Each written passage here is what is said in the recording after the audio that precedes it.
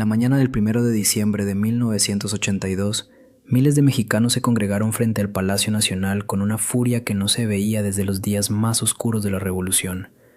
No venían a celebrar, venían a exigir justicia. Entre la multitud circulaban pancartas con una sola palabra que resonaba como sentencia: traidor. El hombre al que iban dirigidas esas acusaciones acababa de entregar el poder presidencial y escapaba en una caravana blindada, mientras el país que había prometido llevar a la gloria se desmoronaba en la peor crisis económica de su historia moderna. Algo había salido terriblemente mal en los 6 años anteriores, algo que transformó la esperanza en miseria, la abundancia prometida en hambre real, y los sueños de grandeza en una pesadilla de la que México tardaría décadas en despertar. Los archivos desclasificados del Banco de México revelan cifras que parecen sacadas de una novela de catástrofes. Una devaluación del peso de más del 1000%, una inflación que alcanzó números de 3 dígitos, millones de familias sumidas en la pobreza de la noche a la mañana. Pero las estadísticas frías no cuentan toda la historia. No hablan de los suicidios de empresarios arruinados, de las madres que dejaron de alimentar a sus hijos 3 veces al día, de los ancianos que perdieron los ahorros de toda una vida en cuestión de horas. No mencionan los documentos que desaparecieron misteriosamente de las oficinas gubernamentales, ni las reuniones secretas en Los Pinos donde se tomaron decisiones que cambiaron el destino de una nación entera. Este es el relato de cómo un hombre llegó al poder en medio de promesas doradas, alimentadas por el descubrimiento de vastas reservas petroleras que parecían garantizar la prosperidad eterna.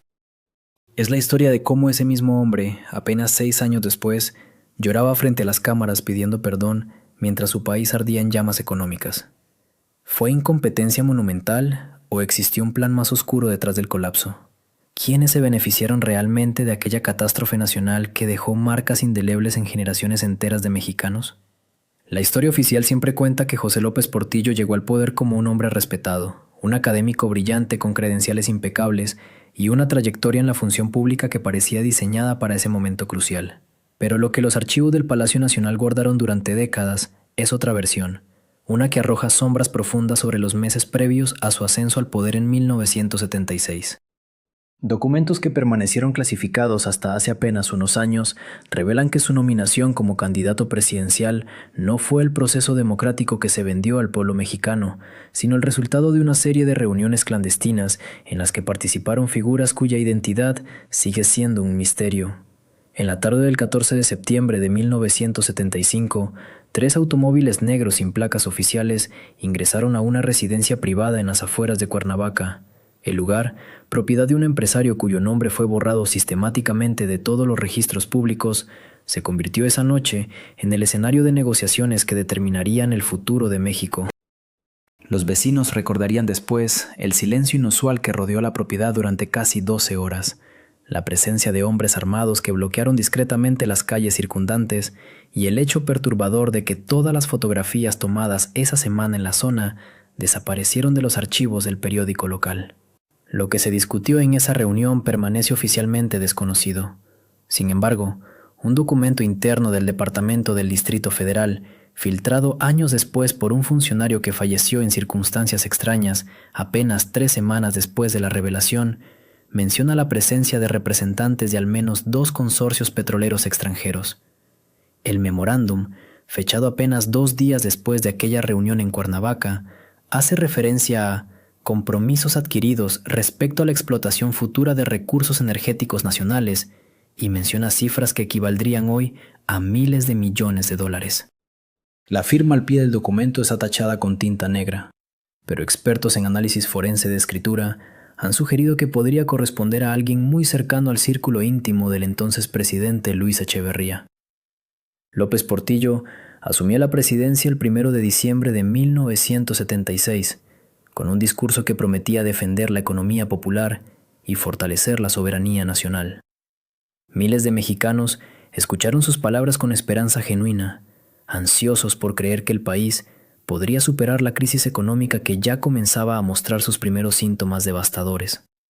Pero lo que nadie sabía en ese momento era que el nuevo presidente había heredado algo más que un cargo. Había heredado una deuda invisible, compromisos que no figuraban en ningún documento oficial, promesas hechas en habitaciones sin testigos, a hombres cuyo poder superaba cualquier investidura política. En los primeros meses de su mandato, López Portillo implementó una serie de medidas económicas que fueron celebradas como audaces y necesarias. La realidad oculta detrás de esas decisiones comenzaría a revelarse apenas un año después, cuando los primeros indicios de algo profundamente equivocado empezaron a filtrarse entre los círculos financieros internacionales.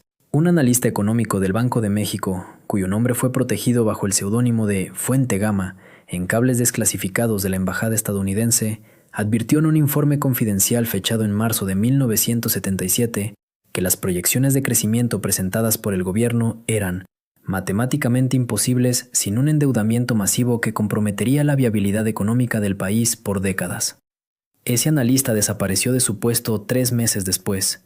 El comunicado oficial habló de una renuncia voluntaria para dedicarse a la docencia en una universidad privada.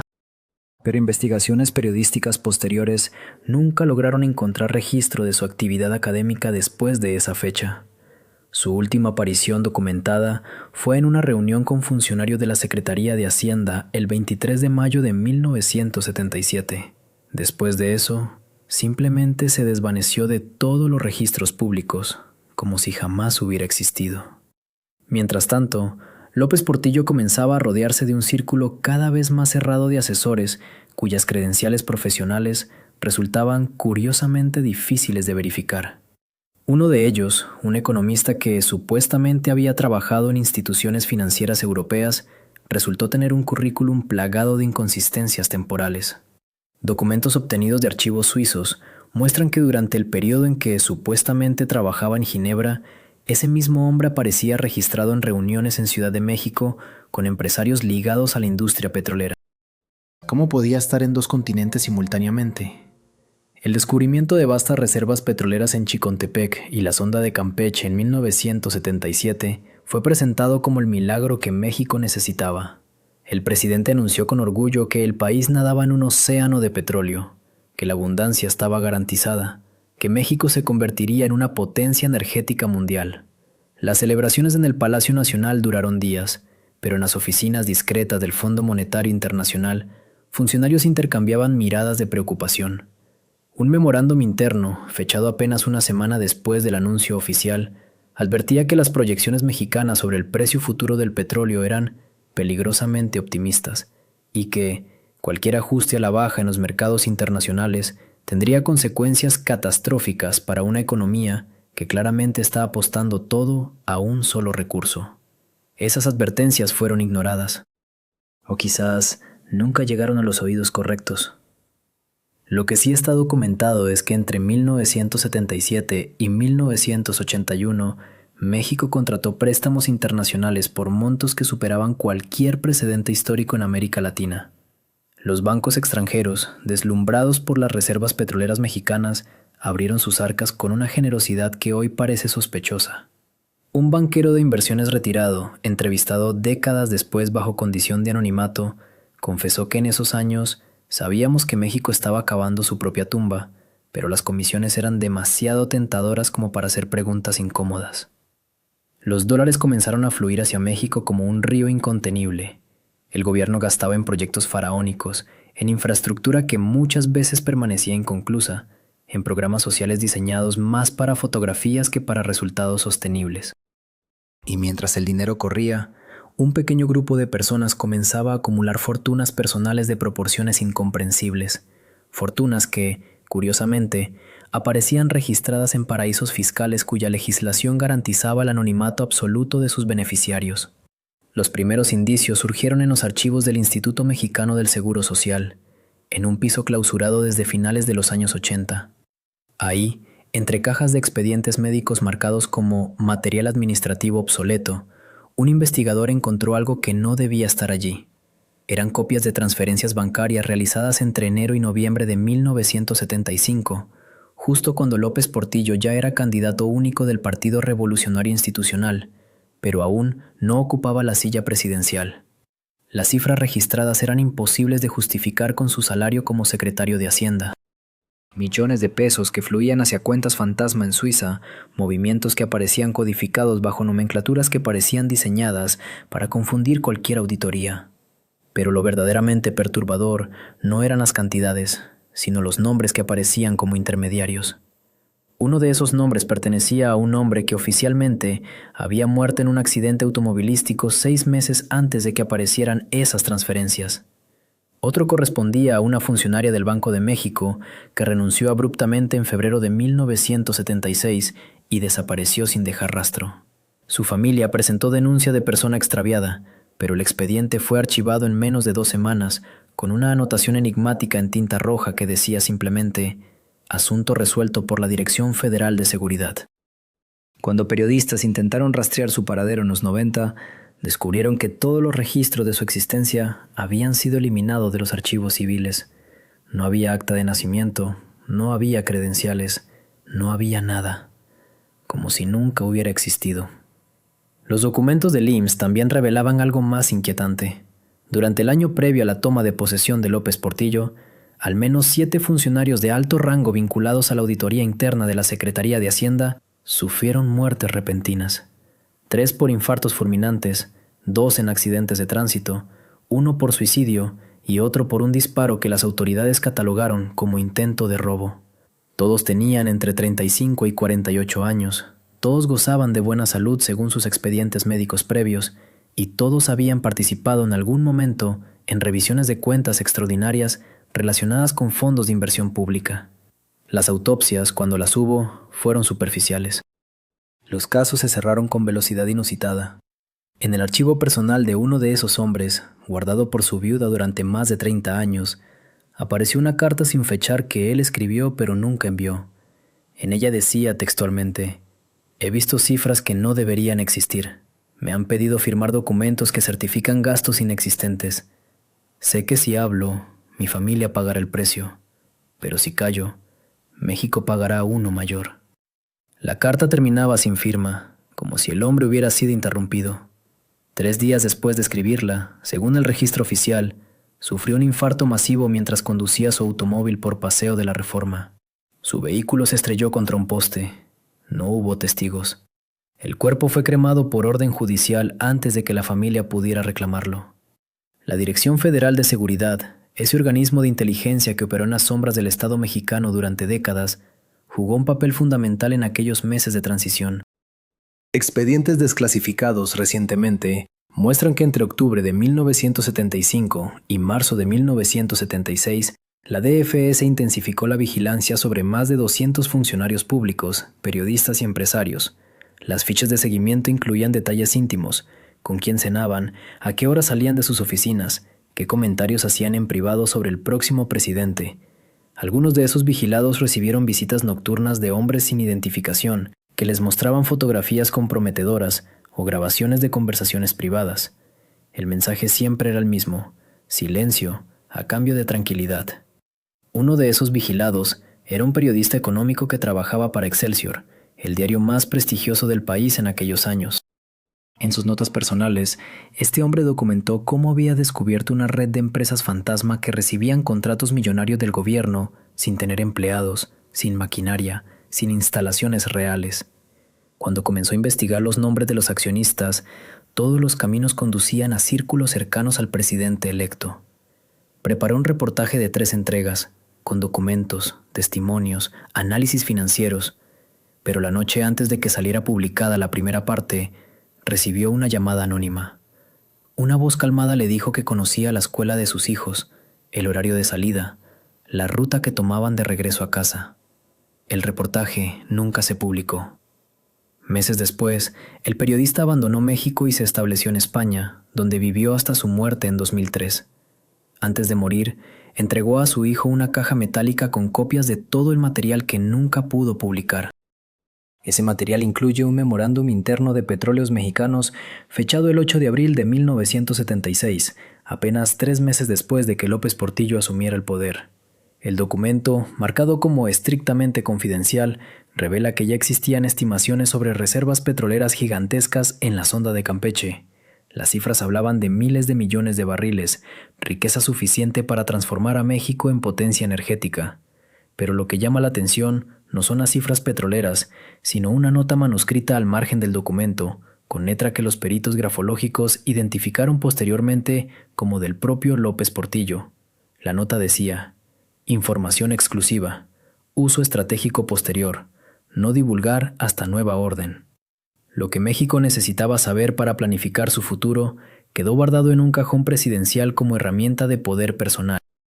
¿Cuántas decisiones cruciales para millones de mexicanos se tomaron así, en el silencio de despachos cerrados, guiadas no por el interés nacional, sino por cálculos de conveniencia política? Los documentos sugieren que el petróleo no fue descubierto durante el gobierno de López Portillo, como dice la versión oficial. Fue deliberadamente ocultado hasta el momento preciso en que su revelación podía servir para consolidar un proyecto de poder sin contrapesos. Y cuando finalmente se anunció al mundo la magnitud de las reservas, cuando los reflectores internacionales se encendieron sobre México y comenzó la euforia petrolera, ya estaba en marcha una maquinaria de corrupción y despilfarro que convertiría la bendición en maldición. Las transferencias bancarias tenían un destino que ningún documento oficial jamás reconocería. Los números estaban allí, escritos con tinta azul desvanecida sobre papel membretado del Banco de México, pero los nombres habían sido cuidadosamente borrados con líquido corrector. Sin embargo, la presión del bolígrafo había dejado marcas en las páginas siguientes. Bajo luz rasante, las letras emergían como fantasmas del pasado. 3 empresas fantasma registradas en las Islas Caimán, 5 cuentas numeradas en Suiza y un nombre que aparecía una y otra vez en los memorandos internos: Operación Tequila. La Operación Tequila no aparece en ningún archivo desclasificado. No existen las memorias oficiales del sexenio, pero existen los testimonios de quienes estuvieron cerca del poder en aquellos días febriles de preparación electoral. Uno de ellos, un contador público que trabajó en la Secretaría de Hacienda entre 1973 y 1976, aceptó hablar bajo condición de anonimato absoluto. Sus manos temblaban mientras sostenía una taza de café en un restaurante discreto de Coyoacán en octubre de 2022. Nos llamaban los ingenieros de la transición. Nuestro trabajo era simple en papel, complejo en la realidad. Debíamos crear estructuras financieras capaces de absorber recursos del erario sin dejar rastro auditable. López Portillo lo sabía todo. Él mismo firmó algunas de las autorizaciones, aunque siempre en documentos que después desaparecían de los archivos. Nos decían que era para proteger la estabilidad del sistema, que el PRI necesitaba fondos para garantizar la continuidad democrática. Así lo llamaban, continuidad democrática. El contador guardó silencio durante 46 años, hasta que su hija menor fue diagnosticada con una enfermedad terminal y él decidió que algunos secretos no debían morir con él. Entregó copias de documentos que había ocultado en una caja de seguridad bancaria desde el 29 de noviembre de 1976. Facturas falsas, recibos duplicados, contratos de obras públicas que nunca se ejecutaron pero que facturaron millones de pesos. Y algo más inquietante, una lista de 17 funcionarios que sabían demasiado y que murieron en circunstancias extrañas entre 1977 y 1982. El primero de la lista fue Ernesto Villarreal Sánchez, subdirector de Auditoría Interna en Petróleos Mexicanos. Murió el 12 de marzo de 1977 en un accidente automovilístico en la carretera México-Cuernavaca. Su vehículo perdió el control en una curva que conocía perfectamente, pues la recorría 2 veces por semana desde hacía 8 años. No había señales de frenado. Los peritos concluyeron que posiblemente sufrió un infarto al volante. Su familia nunca creyó esa versión. Villarreal había descubierto irregularidades en los contratos de perforación petrolera que estaban por firmarse. Irregularidades que implicaban sobrefacturaciones del orden de $300 millones. 3 semanas después del funeral de Villarreal, su secretaria personal, Guadalupe Montes, desapareció. Salió de su casa en la colonia Roma el 2 de abril de 1977 y nunca regresó. La investigación policial duró exactamente 11 días antes de archivarse por falta de pruebas. Guadalupe tenía 26 años. Había comentado a su hermana menor que el señor Villarreal le había entregado un sobre sellado 2 días antes de morir, con instrucciones de abrirlo solo si algo le sucedía. Ese sobre jamás apareció. La hermana de Guadalupe emigró a Estados Unidos 6 meses después y se negó a hablar del tema durante el resto de su vida. El patrón se repitió con una precisión escalofriante. Funcionarios que hacían preguntas incómodas, auditores que detectaban anomalías, periodistas que investigaban conexiones entre el gobierno y contratistas privados, Todos experimentaron accidentes, enfermedades fulminantes o desapariciones inexplicables. La estadística era imposible de ignorar. 17 personas vinculadas a investigaciones financieras internas del gobierno murieron o desaparecieron en un lapso de 5 años. La probabilidad matemática de que fuera coincidencia era menor al 0.003%, pero había algo más en los documentos que el contador anónimo entregó, algo que conectaba directamente a López Portillo con una red de empresarios que se beneficiaron extraordinariamente de las políticas petroleras implementadas después de 1977. Una de esas empresas era Construcciones Industriales del Golfo, registrada formalmente en Veracruz, pero operando desde oficinas fantasma en Ciudad de México. Su director general era un hombre llamado Alberto Quintana Robles, cuñado del secretario particular del presidente. Construcciones Industriales del Golfo obtuvo contratos por valor de 1.200 millones de pesos entre enero de 1978 y diciembre de 1980. Contratos para edificar plataformas petroleras, refinerías, ductos. El problema era que la empresa prácticamente no tenía empleados propios. Subcontrataba todo el trabajo a terceros, cobrando una comisión del 35%, una comisión que desaparecía en una maraña de cuentas bancarias internacionales. Quintana Robles murió en 1983. Oficialmente de un ataque cardíaco mientras vacacionaba en Acapulco. Tenía 42 años y acababa de pasar un examen médico completo que lo declaraba en perfecta salud. Los archivos del Seguro Social revelaron otro detalle perturbador. Entre los expedientes médicos había registros de tratamientos psiquiátricos proporcionados a familiares de funcionarios de alto nivel, depresiones severas, crisis nerviosas, intentos de suicidio. Las fechas coincidían sistemáticamente con momentos de tensión política o investigaciones internas, como si el sistema tuviera mecanismos invisibles para generar presión psicológica sobre quienes representaban amenazas potenciales. En uno de esos expedientes aparece el nombre de Carmen Ortiz, viuda de Villarreal, esposa del auditor fallecido en el accidente carretero. Fue internada 3 veces en instituciones psiquiátricas privadas entre 1978 y 1980. Diagnóstico: episodios psicóticos con delirios persecutorios. Ella insistía en que su esposo había sido asesinado, que hombres desconocidos vigilaban su casa, que sus llamadas telefónicas estaban intervenidas. Los médicos aumentaron las dosis de tranquilizantes. Carmen murió en 1981 de una sobredosis accidental de medicamentos. Tenía 34 años y 2 hijas menores de edad. Mientras tanto, López Portillo consolidaba su imagen pública como el presidente de la abundancia petrolera. Los discursos hablaban de un México próspero, de riqueza distribuida, de desarrollo compartido. Las ceremonias oficiales mostraban inauguraciones de obras faraónicas, pero bajo esa superficie brillante, algo oscuro y sistemático operaba con precisión quirúrgica, algo que borró rastros, silenció voces, eliminó evidencias, y que transformaría la bonanza prometida en la peor crisis económica que México había conocido hasta entonces. Las cuentas numeradas conducían a algo más que simples transacciones financieras. En los archivos del difunto director de la Comisión de Cambios, un hombre que murió en circunstancias nunca del todo aclaradas 3 años después del fin del sexenio, se encontraron copias fotostáticas de documentos que jamás debieron salir de las bóvedas presidenciales. Eran telegramas cifrados, enviados entre la residencia oficial de Los Pinos y las oficinas de intermediarios financieros en Panamá, Suiza y las Bahamas durante los años de 1980 a 1982. El patrón era metódico, casi obsesivo. Cada transferencia ocurría exactamente 3 días después de que el gobierno mexicano recibiera un nuevo desembolso de préstamos internacionales. El dinero entraba por la puerta principal con fanfarrias y discursos sobre el desarrollo nacional.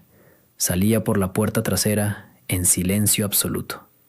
Un ex empleado del Banco de México, cuyo nombre permanece protegido por razones de seguridad hasta el día de hoy, reveló en una entrevista grabada clandestinamente en 1997 que existía un código interno para estas operaciones. Las llamaban operaciones de coordinación estratégica. Nadie hacía preguntas. Las órdenes llegaban directamente desde la oficina del secretario de Hacienda, quien a su vez recibía instrucciones verbales, nunca escritas, desde la presidencia. Este testigo recordaba con precisión incómoda el día en que procesó una transferencia por $800 millones hacia una cuenta en Ginebra. Era el 23 de febrero de 1982, exactamente una semana antes de que López Portillo anunciara la nacionalización de la banca. La ironía resultaba tan grotesca que dolía. El presidente, que lloraría ante las cámaras jurando defender el patrimonio de los mexicanos, había vaciado las arcas nacionales apenas días antes. Pero el dinero era solo la superficie visible de una red mucho más profunda y oscura.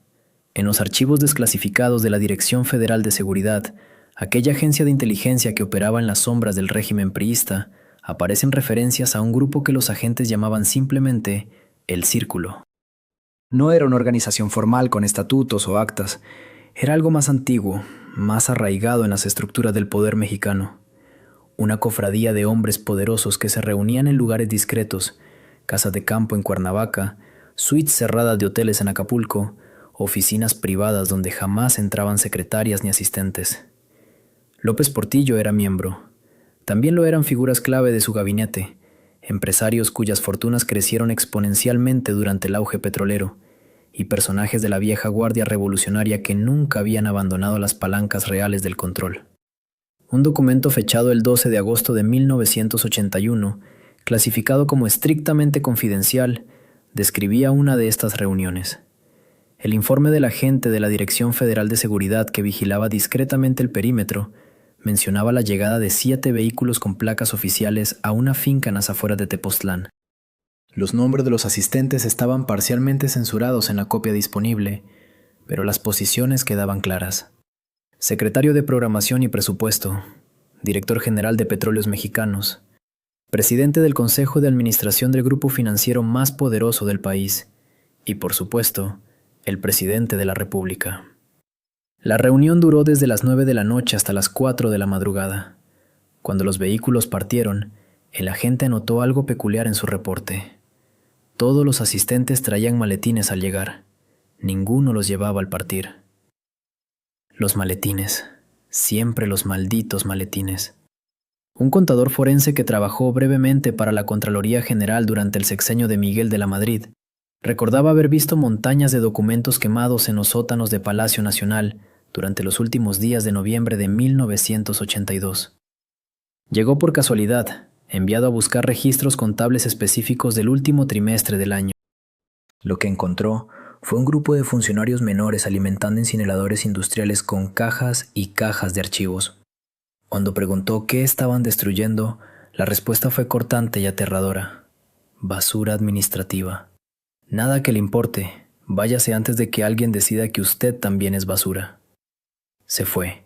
Nunca habló públicamente de aquello hasta 30 años después, cuando una enfermedad terminal lo liberó del miedo que había cargado toda su vida. Pero no todo fue destruido. Algunos documentos sobrevivieron por error, por negligencia, o quizás porque alguien decidió conscientemente que la verdad merecía una oportunidad de emerger algún día. En los archivos personales de Jesús Silva Herzog, el secretario de Hacienda que heredó el desastre económico y tuvo que negociar con los acreedores internacionales, se encontraron después de su muerte notas manuscritas que revelaban conversaciones explosivas con López Portillo durante los últimos meses del gobierno. En una entrada fechada el 18 de octubre de 1982, Silva Herzog escribió con letra temblorosa que el presidente le había confesado algo durante una cena privada. No están listos para saber la verdad. Nunca lo estarán. Lo que hicimos era necesario. México no es un país. Es un proyecto inconcluso que requiere sacrificios que la gente común no puede comprender. Sacrificios.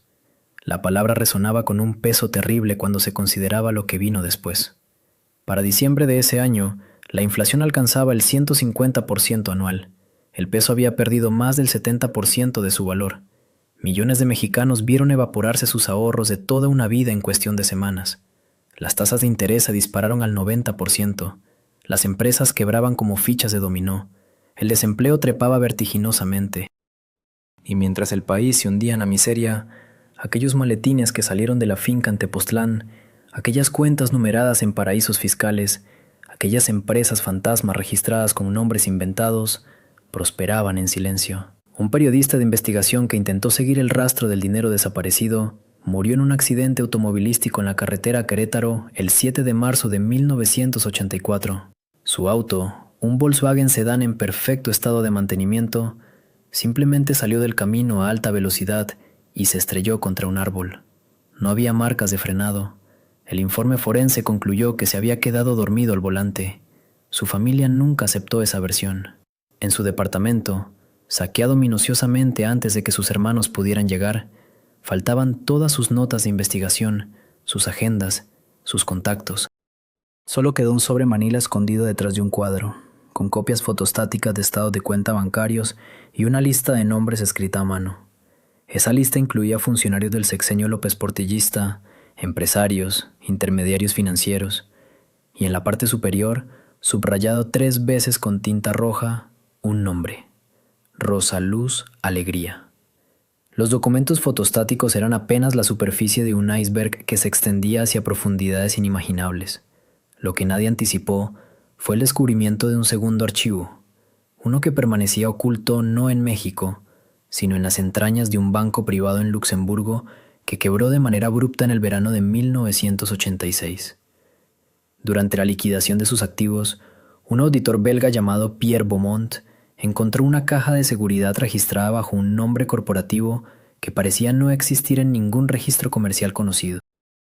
La caja contenía microfilmes con copias de instrucciones bancarias firmadas por funcionarios mexicanos de alto nivel, junto con recibos de transferencias que sumaban cantidades que desafiaban cualquier explicación oficial. Beaumont intentó reportar su hallazgo a las autoridades luxemburguesas. Según el testimonio de su asistente, redactó un informe detallado de 32 páginas que envió tanto al Ministerio de Justicia como a la oficina del fiscal general. 6 semanas después, el 23 de octubre de ese mismo año, Beaumont fue encontrado muerto en su apartamento de Esch-sur-Alzette. El reporte oficial indicó un ataque cardíaco fulminante. Tenía 41 años, no fumaba, practicaba ciclismo todos los fines de semana y su último examen médico, realizado apenas 3 meses antes, lo había declarado en perfecta salud. El informe de 32 páginas nunca fue encontrado. Los microfilmes desaparecieron de la bóveda del tribunal donde supuestamente habían sido depositados como evidencia, pero una sola copia de aquellos microfilmes logró salir de Europa. Un periodista económico francés, cuyo nombre permanece protegido hasta el día de hoy, obtuvo acceso a fragmentos de ese material a través de un contacto en el sindicato bancario de Luxemburgo. Lo que vio lo dejó paralizado durante semanas. Entre las imágenes microfilmadas, había instrucciones precisas para la creación de empresas fantasma en al menos 7 jurisdicciones distintas: Liechtenstein, Panamá, Islas Caimán, Jersey, Gibraltar, Singapur y las Antillas neerlandesas. Cada empresa tenía un propósito específico. Algunas funcionaban como receptoras de comisiones por contratos petroleros, otras como intermediarias en operaciones de compra de deuda pública mexicana a precio de remate, y un tercer grupo operaba como vehículos de inversión en bienes raíces de lujo en ciudades como París, Londres, Nueva York y San Diego. Las fechas en los documentos revelaban un patrón escalofriante. Las primeras transferencias comenzaron apenas 18 meses después del inicio del sexenio, mucho antes de que el auge petrolero alcanzara su punto máximo. Era como si alguien hubiera anticipado la bonanza y diseñado con precisión quirúrgica un sistema para desviar una porción de los recursos antes de que nadie pudiera establecer mecanismos de control efectivos.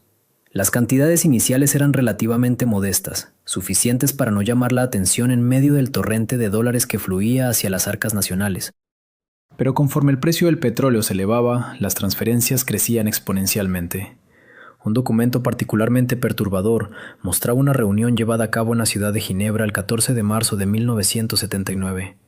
Según las notas, obtenidas por el periodista francés a través de un empleado bancario jubilado, en aquella reunión participaron 3 asesores financieros mexicanos, 2 abogados suizos especializados en estructuras corporativas offshore y un banquero panameño con conexiones profundas en los círculos de poder centroamericanos. El propósito declarado de la reunión era establecer protocolos de protección patrimonial ante escenarios de inestabilidad política futura en México. El lenguaje técnico no podía ocultar la realidad subyacente. Se estaban preparando rutas de escape para capitales que aún no habían sido oficialmente generados. Entre los asistentes a aquella reunión figuraba un nombre que posteriormente aparecería en docenas de investigaciones periodísticas: un economista mexicano formado en universidades estadounidenses, hombre de confianza del círculo presidencial, con acceso directo a las decisiones más sensibles en materia de política económica. Este hombre, cuya carrera pública parecía impecable, mantenía simultáneamente posiciones como asesor en al menos 4 de las empresas fantasma identificadas en los microfilmes. Su firma aparecía en documentos corporativos, en solicitudes de apertura de cuentas bancarias, en poderes notariales que le otorgaban autoridad para movilizar fondos sin requerir aprobaciones adicionales. El economista vivió cómodamente en Ciudad de México hasta el año 2003, cuando murió de causas naturales en un hospital privado de la capital. Nunca enfrentó cargos legales, nunca fue llamado a declarar ante autoridad alguna. En su funeral, personalidades del mundo empresarial y político pronunciaron discursos elogiosos sobre su trayectoria y su contribución al desarrollo del país.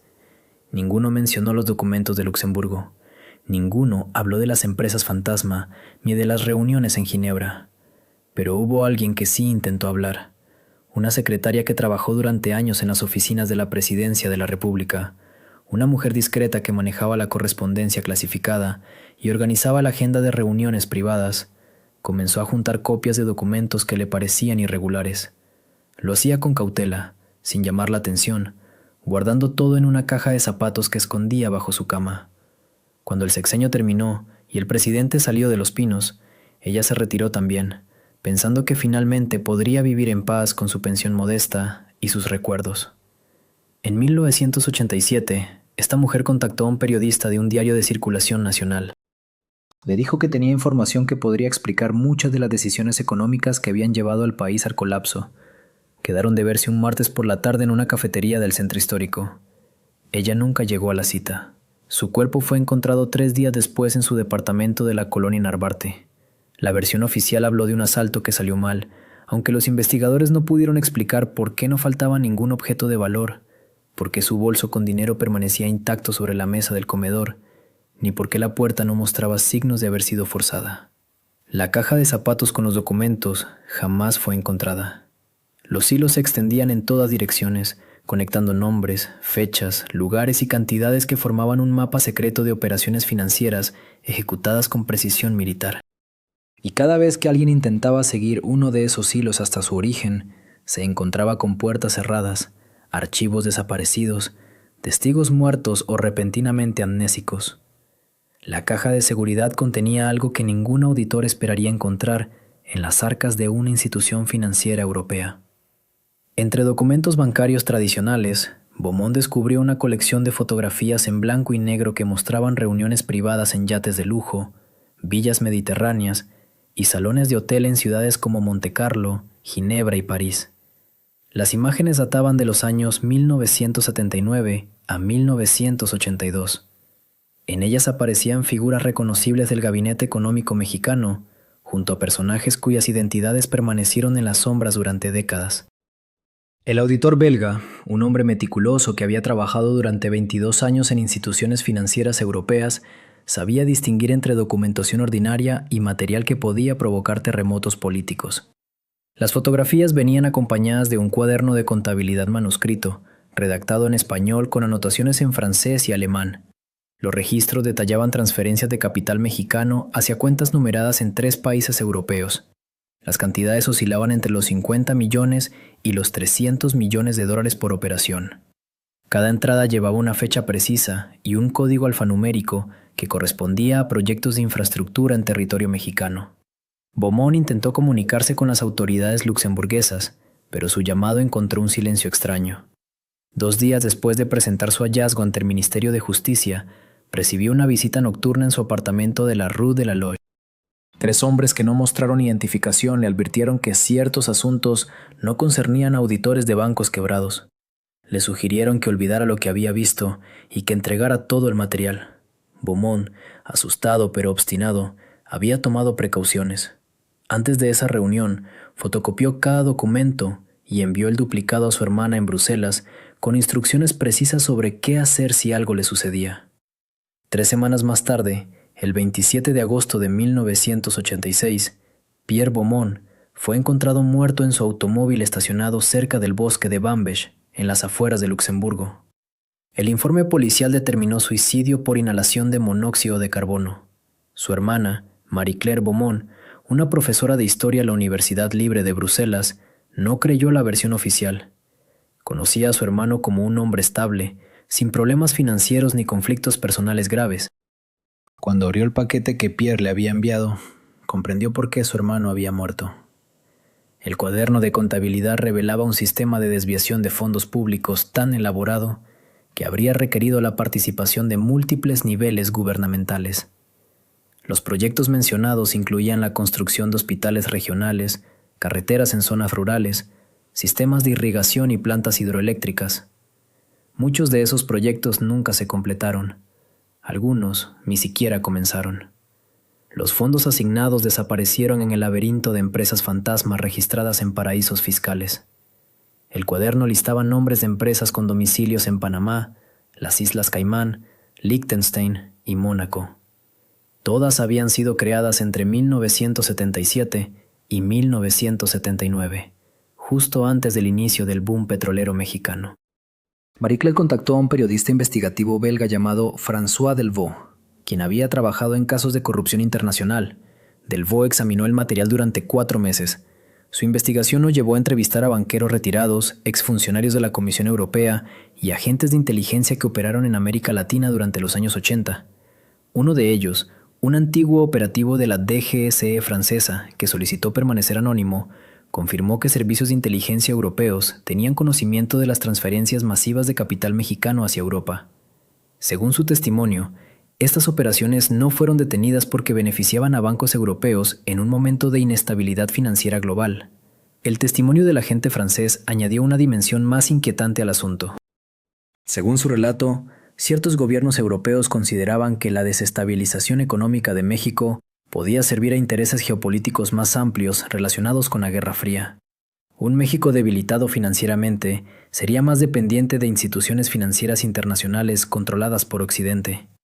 Esta teoría, aunque parecía sacada de una novela de espionaje, encontraba respaldo en documentos desclasificados de la CIA que mencionaban operaciones de influencia económica en América Latina durante ese periodo.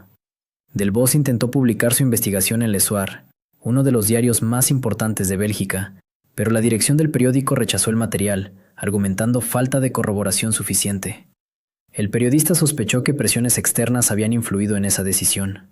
Contactó entonces a medios en Francia, Alemania y España, pero todos declinaron la publicación. Finalmente, una pequeña revista de investigación suiza llamada Tribune de Genève aceptó publicar una versión reducida del reportaje en su edición de marzo de 1988.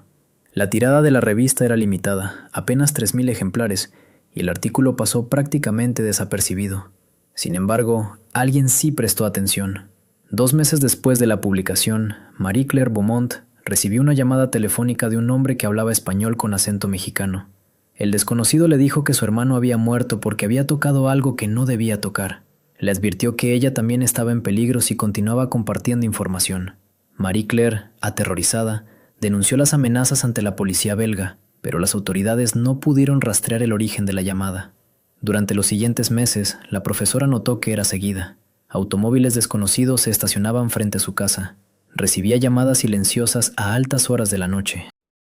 En el verano de 1989, Marie Claire decidió esconder todos los documentos que su hermano le había enviado. Los dividió en 3 paquetes separados y los confió a 3 amigos de confianza en diferentes ciudades europeas. Nunca reveló a nadie la ubicación de los 3 paquetes. Poco después, dejó su trabajo en la universidad y se mudó a una pequeña localidad en las Ardenas belgas, donde vivió bajo un nombre falso hasta su muerte en 2007. En su testamento, dejó instrucciones sobre la ubicación de uno de los paquetes. Los otros 2 permanecen perdidos hasta hoy. Beaumont reconoció de inmediato los rostros. No eran figuras secundarias del sistema financiero mexicano. Eran los principales arquitectos de lo que los documentos internos del banco describían como Operación Rescate Patrimonial. En las fotografías aparecían funcionarios del Banco de México junto a representantes de casas financieras suizas, británicas y estadounidenses. Pero había algo más perturbador en aquellas imágenes. En varias de ellas, parcialmente ocultos en segundo plano, se distinguían hombres de traje oscuro con auriculares y maletines metálicos. El tipo de personas que no aparecen en registros oficiales. El auditor descubrió que cada fotografía llevaba anotaciones manuscritas en el reverso, coordenadas bancarias, cantidades astronómicas, códigos que coincidían con los registros fragmentados que había encontrado días atrás. Una de las anotaciones resultó particularmente reveladora. Escrita con tinta azul en letra apretada, decía simplemente: Transferencia completada. Caracas, 18 millones. Confirmación verbal únicamente. Destruir después de lectura. Los archivos adjuntos a las fotografías contenían copias de telegramas cifrados enviados entre Ciudad de México y diversas capitales europeas durante los meses críticos de 1982. Uno de ellos, fechado el 11 de agosto de ese año, llevaba el encabezado del Banco de México, pero no contenía membrete oficial. El texto era escueto y demoledor. Informaba sobre la transferencia de reservas metálicas hacia bóvedas en Zúrich mediante una ruta compleja que involucraba intermediarios en Panamá, las Islas Caimán y Luxemburgo. El telegrama concluía con una frase que Beaumont subrayó en sus notas personales: ningún registro doméstico, confirmación oral exclusivamente, eliminar cable tras recepción. Mientras el auditor profundizaba en aquella madeja de documentos, en México comenzaban a suceder eventos que muchos considerarían coincidencias inquietantes. El 22 de septiembre de 1993, un antiguo subsecretario de Hacienda que había servido durante la administración de López Portillo fue encontrado muerto en su residencia de Cuernavaca. Las autoridades dictaminaron muerte natural por paro cardíaco. El hombre tenía 58 años y gozaba de excelente salud según su médico personal. 3 días antes de su fallecimiento, había concedido una entrevista a un periodista económico en la que insinuaba poseer documentación sobre movimientos financieros irregulares durante la crisis. La entrevista nunca se publicó. Los archivos personales del funcionario desaparecieron de su estudio antes de que la familia pudiera inventariarlos. 2 meses después, un exdirector de una institución bancaria nacionalizada sufrió un aparatoso accidente automovilístico en la carretera México-Toluca. Su vehículo se estrelló contra un tráiler estacionado en el acotamiento a las 3 de la madrugada. No hubo testigos. El hombre regresaba de una reunión privada en Valle de Bravo con un grupo de exfuncionarios financieros. Según declaraciones posteriores de los asistentes, durante aquella reunión había mencionado la existencia de documentos bancarios que contradecían la versión oficial sobre el destino de las reservas nacionales. Los documentos que supuestamente llevaba consigo esa noche nunca fueron recuperados del vehículo siniestrado. Beaumont comenzó a notar un patrón perturbador en los registros que examinaba. Cada vez que una línea de investigación apuntaba hacia ciertos nombres específicos, los documentos se volvían fragmentarios o directamente inexistentes. Era como si alguien hubiera realizado una depuración selectiva de archivos, pero la depuración no había sido perfecta. Quedaban huellas, referencias cruzadas, números de cuenta que aparecían en un documento, pero cuyas transacciones completas habían sido eliminadas de los registros principales. Entre los papeles recuperados de la caja fuerte, el auditor encontró algo extraordinario. Una libreta de contabilidad manuscrita que parecía un registro paralelo de operaciones financieras. Las entradas estaban redactadas en una mezcla de español, inglés y lo que parecía ser código numérico. Cada anotación incluía fechas, cantidades y lo que Beaumont identificó como iniciales de personas. Una de las entradas, correspondiente al mes de julio de 1982, registraba la salida de fondos por un valor equivalente a $300 millones hacia una cuenta identificada únicamente como Fideicomiso Alpine. La anotación incluía las iniciales JP y un símbolo que el auditor no pudo descifrar inicialmente. La investigación interna del banco en Ginebra reveló que Fideicomiso Alpine había sido una estructura financiera creada específicamente para manejar activos de clientes latinoamericanos durante períodos de inestabilidad política y económica. La estructura operó entre 1980 y 1986, periodo que coincidía exactamente con la crisis mexicana y sus secuelas. Los registros oficiales del fideicomiso habían sido sellados por orden judicial suiza en 1987, bajo argumentos de confidencialidad bancaria, pero Beaumont había encontrado algo que no debería existir: un listado parcial de beneficiarios. Los nombres en aquel listado incluían figuras prominentes del sistema financiero mexicano, empresarios cercanos al poder político y, según las anotaciones manuscritas, varios funcionarios gubernamentales de alto nivel. Junto a cada nombre aparecía una cantidad y una fecha. Las sumas variaban desde 5 millones hasta cifras que superaban los $50 millones.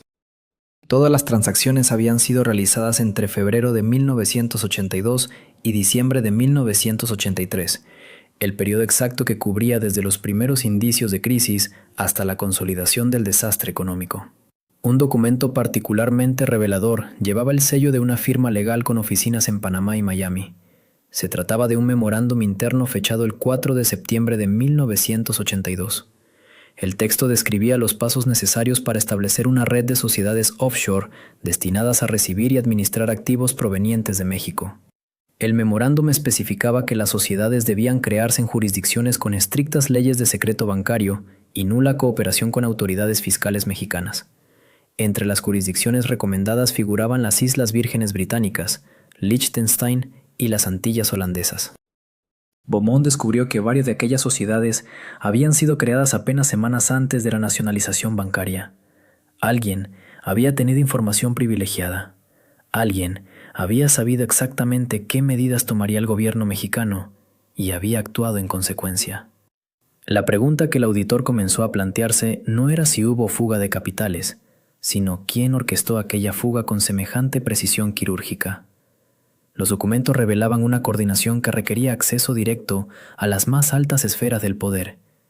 Las transferencias se ejecutaron utilizando mecanismos financieros sofisticados que solo podían activarse con autorización de funcionarios específicos del Banco de México. Algunas operaciones habían requerido la suspensión temporal de controles cambiarios, suspensiones que curiosamente coincidían con las fechas de las transferencias más voluminosas. Todo apuntaba hacia una estructura de complicidad que abarcaba desde operadores bancarios hasta niveles políticos cuya identificación precisa permanecía velada en códigos y abreviaturas. El último documento que Beaumont extrajo de aquella caja sellada era quizás el más inquietante. Se trataba de una carta mecanografiada en papel sin membrete, fechada el 1 de diciembre de 1982. El texto era breve, pero su contenido resultaba demoledor. La carta instruía la transferencia inmediata de lo que describía como fondos de estabilización hacia cuentas específicas en bancos europeos. La firma al calce era ilegible, pero el código de referencia coincidía con documentos anteriores vinculados directamente a la presidencia mexicana. En varias de ellas, parcialmente ocultos en segundo plano, se distinguían rostros que Beaumont jamás esperaba encontrar en aquella colección de imágenes.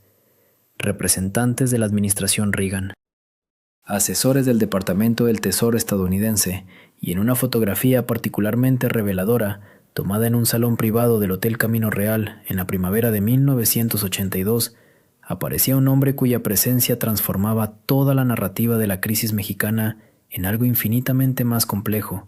El rostro pertenecía a un funcionario de la Agencia Central de Inteligencia norteamericana, identificado en el reverso de la fotografía únicamente con las iniciales JM. Su presencia en aquella reunión crucial, celebrada apenas semanas antes del anuncio oficial de la nacionalización bancaria, sugería que lo ocurrido en México no había sido simplemente el colapso accidental de un modelo económico fallido.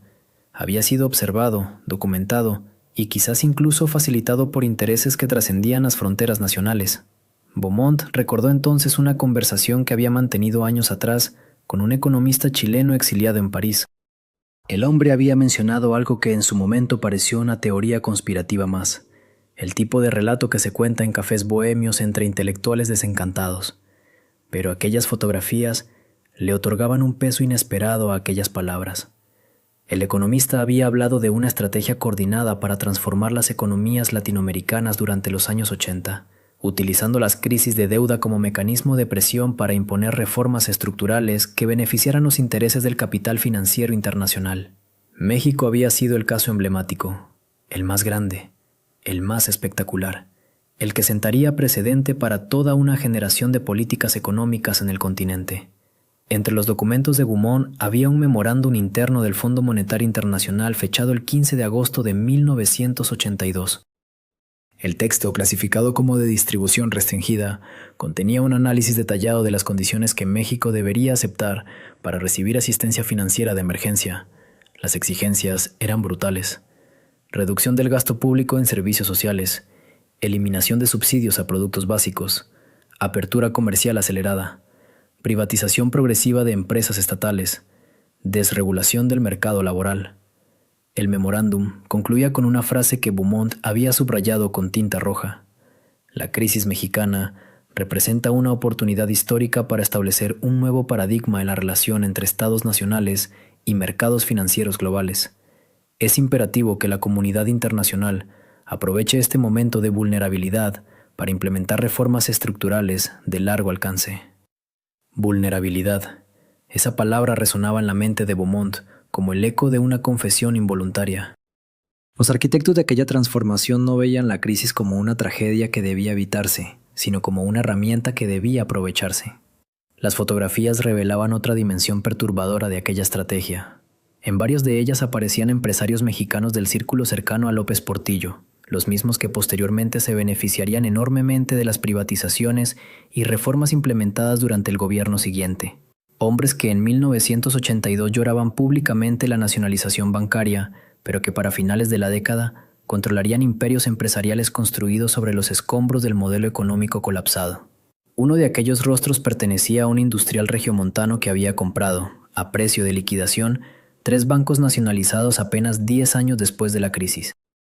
Otro correspondía a un empresario de telecomunicaciones que transformaría un monopolio estatal en una fortuna personal valuada en decenas de miles de millones de dólares. Un tercero era un financiero que establecería uno de los grupos empresariales más poderosos del país sobre la base de adquisiciones estratégicas realizadas durante los años de reformas estructurales. ¿Habían sabido estos hombres lo que venía? Habían sido informados anticipadamente de que el colapso del modelo económico de López Portillo abriría oportunidades sin precedentes para quienes estuvieran posicionados estratégicamente. Beaumont encontró una posible respuesta en un documento particularmente explosivo. Una carta manuscrita, sin membrete oficial, fechada el 3 de septiembre de 1982. El texto era breve, pero devastador en sus implicaciones. Estaba dirigida a un empresario mexicano no identificado y firmada simplemente con las iniciales RS. El contenido sugería que ciertos sectores empresariales habían sido discretamente informados de que las medidas nacionalizadoras de López Portillo serían temporales, que el siguiente gobierno revertiría el curso y que quienes mantuvieran liquidez y conexiones políticas adecuadas estarían posicionados para beneficiarse extraordinariamente de la transición. La carta mencionaba específicamente que el experimento populista llegaba a su fin natural y que las fuerzas del mercado, con el respaldo de instituciones financieras internacionales, restablecerían el orden necesario. Sugería que la crisis de 1982 no era el final de un camino, sino el principio de una nueva era para el capitalismo mexicano. Una era en la cual el Estado se retiraría progresivamente de la economía y el sector privado, debidamente conectado con capitales internacionales, asumiría el control de sectores estratégicos previamente reservados a la nación. Las fotografías documentaban reuniones que se extendieron hasta los últimos días del gobierno de López Portillo. En una de ellas, tomada en noviembre de 1982, aparecía un grupo de empresarios y funcionarios celebrando en lo que parecía ser una residencia privada en las lomas. La atmósfera en la imagen no era de derrota sino de expectativa, como si aquellos hombres no estuvieran lamentando el fin de una era, sino anticipando el inicio de otra. Beaumont descubrió que varios de los asistentes a aquellas reuniones ocuparían posiciones clave durante el gobierno siguiente: asesores económicos, directores de empresas paraestatales programadas para privatización, intermediarios entre el gobierno mexicano y las instituciones financieras internacionales.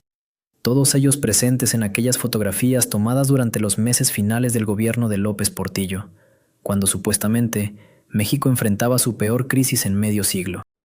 Los archivos revelaban algo más perturbador: transferencias bancarias realizadas desde cuentas mexicanas hacia paraísos fiscales en el Caribe y Europa durante los meses previos al anuncio de la nacionalización bancaria.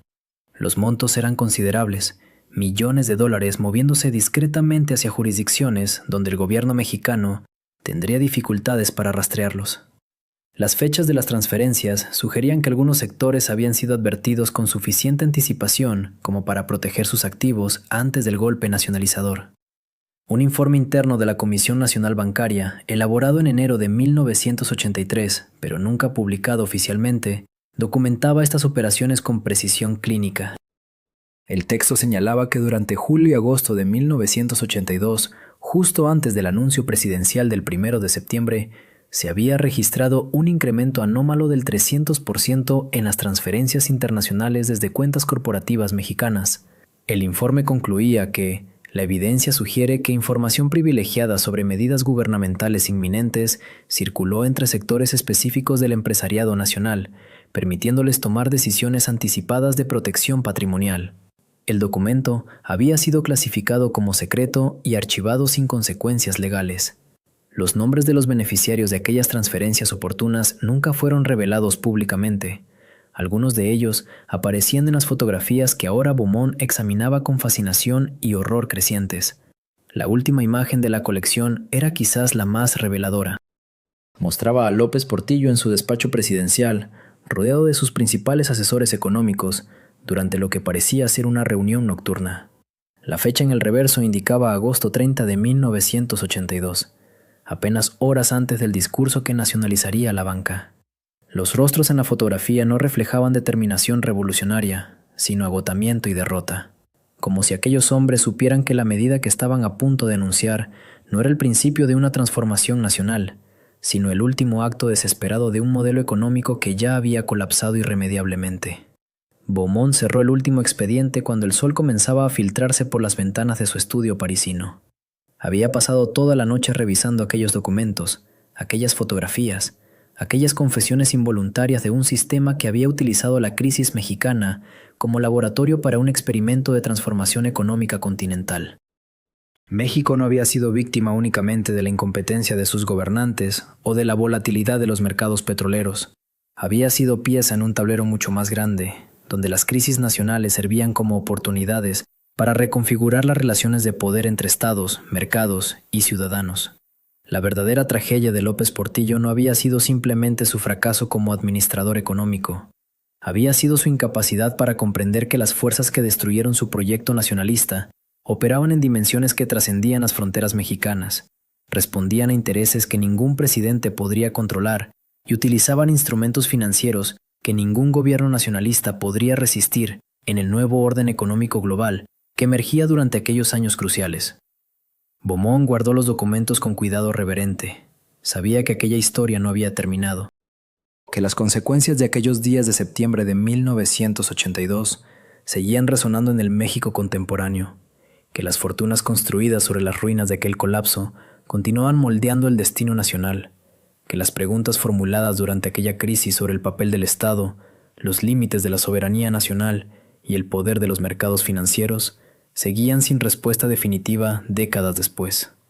La historia de López Portillo y la crisis que hundió México no era simplemente un episodio del pasado, era el prólogo de un presente que millones de mexicanos continuaban habitando, tratando de comprender cómo un país que había despertado creyéndose rico, terminó la década descubriendo que su mayor riqueza había sido siempre una ilusión construida con petróleo prestado y promesas imposibles de cumplir. La consecuenciamente más compleja de lo que jamás se había contado públicamente. Un funcionario cuyo nombre aparecía borrado intencionalmente en los registros oficiales, pero cuya firma podía distinguirse claramente al pie de documentos que nadie debería haber firmado en territorio mexicano. Beaumont guardó silencio durante varios minutos. Sus manos temblaban ligeramente cuando depositó las fotografías sobre el escritorio. La mujer observaba cada uno de sus movimientos con una mezcla de satisfacción y melancolía.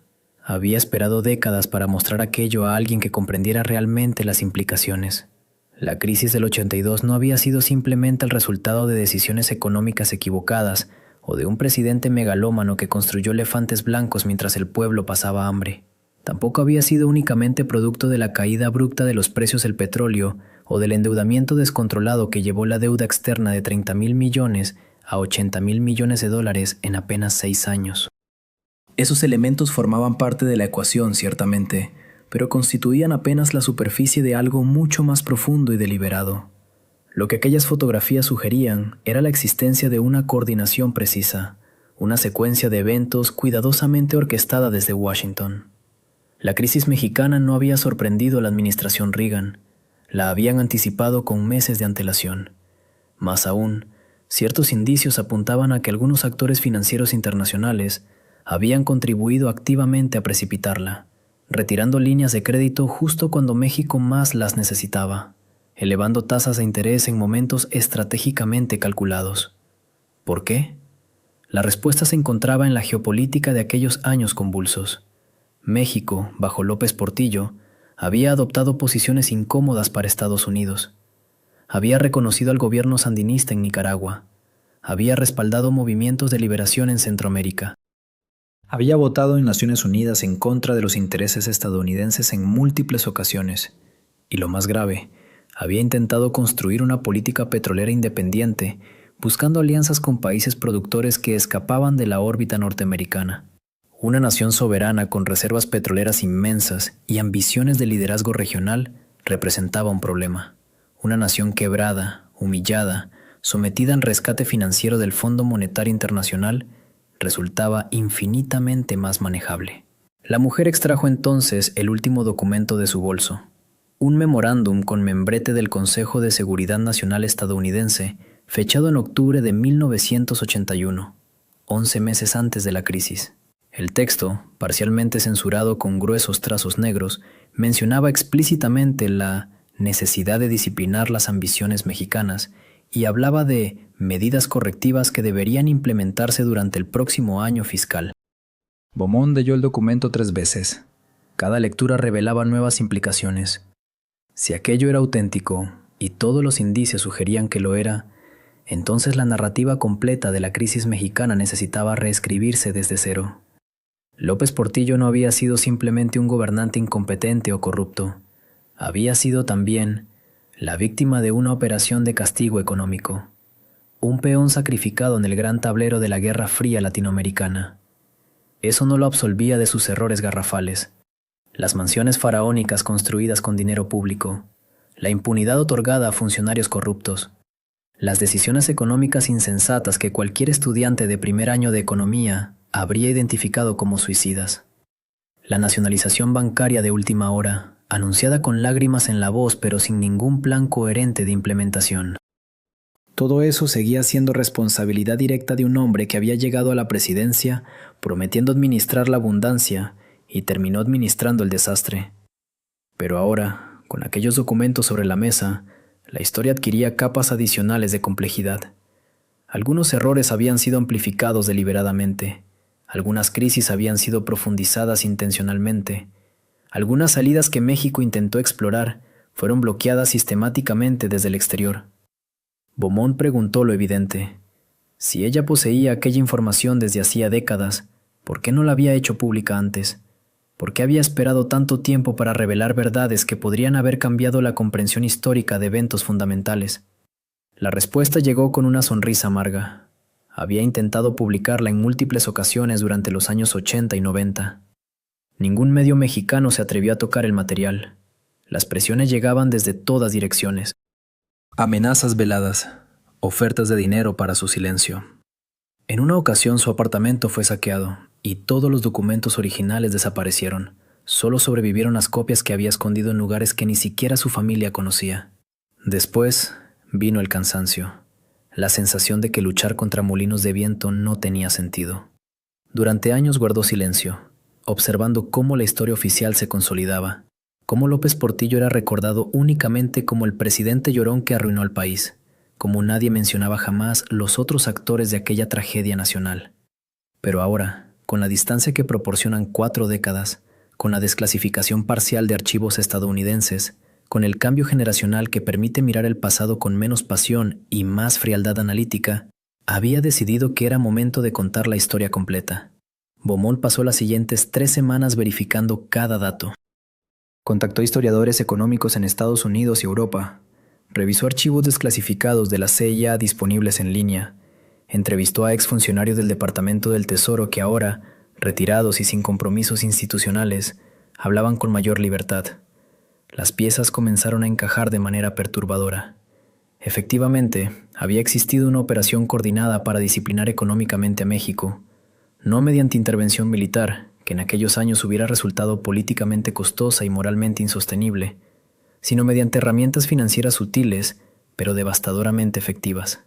La elevación de tasas de interés por parte de la Reserva Federal estadounidense, orquestada por Paul Volcker para combatir la inflación doméstica, había tenido consecuencias catastróficas para países endeudados como México.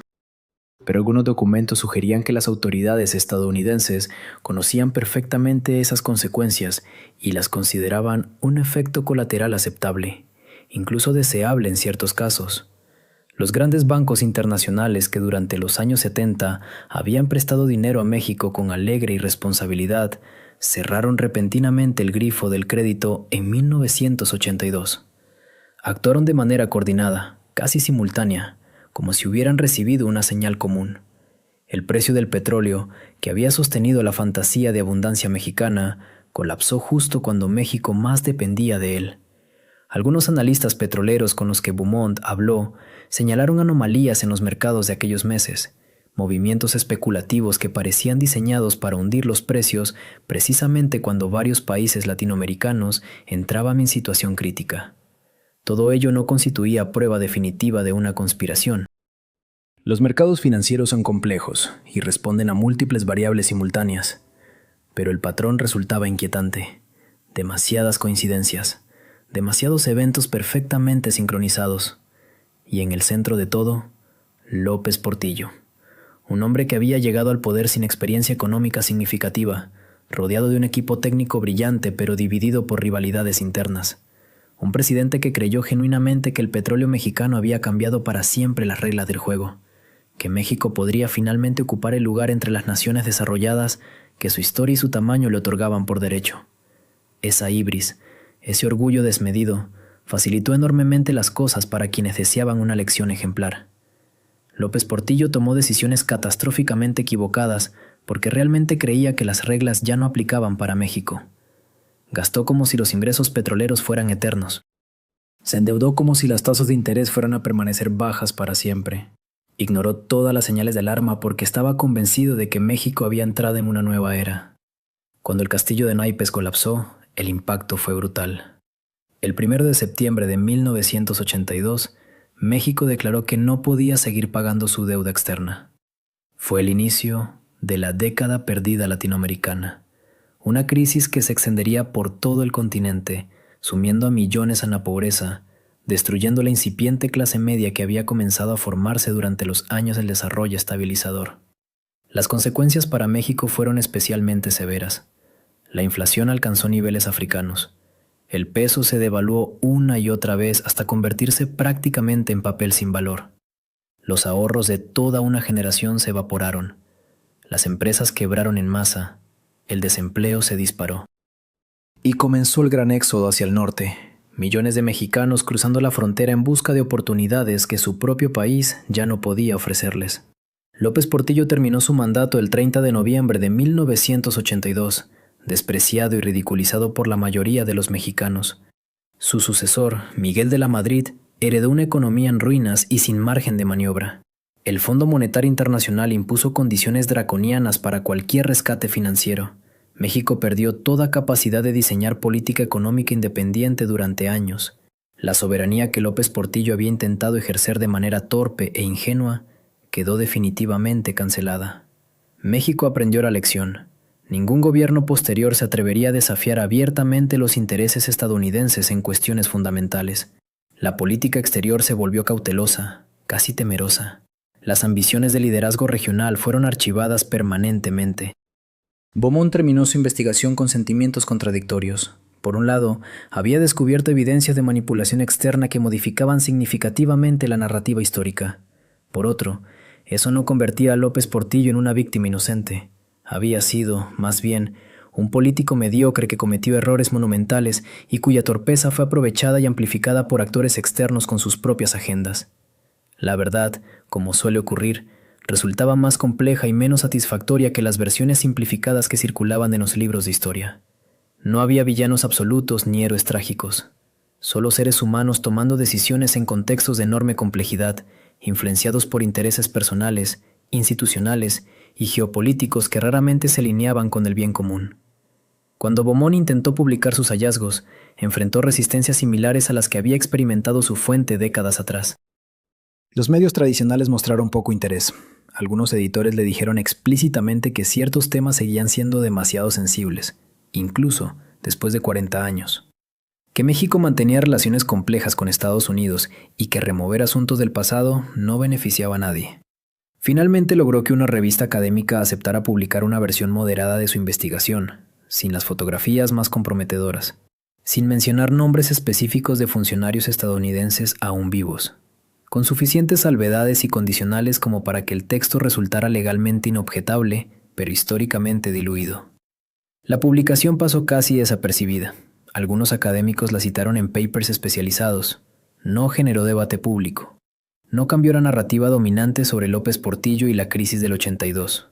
Beaumont comprendió entonces algo fundamental sobre la historia. No basta con descubrir la verdad. Es necesario que exista voluntad social de aceptarla, procesarla, integrarla en la memoria colectiva. Y esa voluntad simplemente no existía. México había decidido hace décadas qué recordar sobre López Portillo, y esa versión simplificada resultaba más conveniente, más manejable, más útil pedagógicamente que cualquier verdad compleja. Han pasado más de 4 décadas desde aquellos días terribles de 1982. México se recuperó eventualmente, aunque las cicatrices de aquella crisis nunca sanaron completamente. Generaciones enteras vieron truncadas sus aspiraciones. El país perdió décadas de desarrollo potencial. La confianza en las instituciones quedó permanentemente dañada. López Portillo murió en febrero de 2004, olvidado y despreciado. Pocos asistieron a su funeral. Los obituarios fueron crueles. La historia oficial lo había juzgado y condenado irrevocablemente. Pero en algún archivo clasificado de Washington, en cajas selladas que no se abrirán hasta dentro de décadas, reposan documentos que cuentan otra versión de aquellos eventos. Una versión donde México no fue simplemente víctima de su propia incompetencia, sino también pieza sacrificable en juegos geopolíticos que escapaban completamente a su control. Algún día, quizás, cuando suficiente tiempo haya pasado y las heridas hayan cicatrizado lo suficiente, esa historia completa podrá contarse sin censuras ni omisiones, cuando ya no queden intereses que proteger ni reputaciones que salvaguardar, cuando la historia deje de ser arma política y se convierta simplemente en conocimiento sobre nuestro pasado.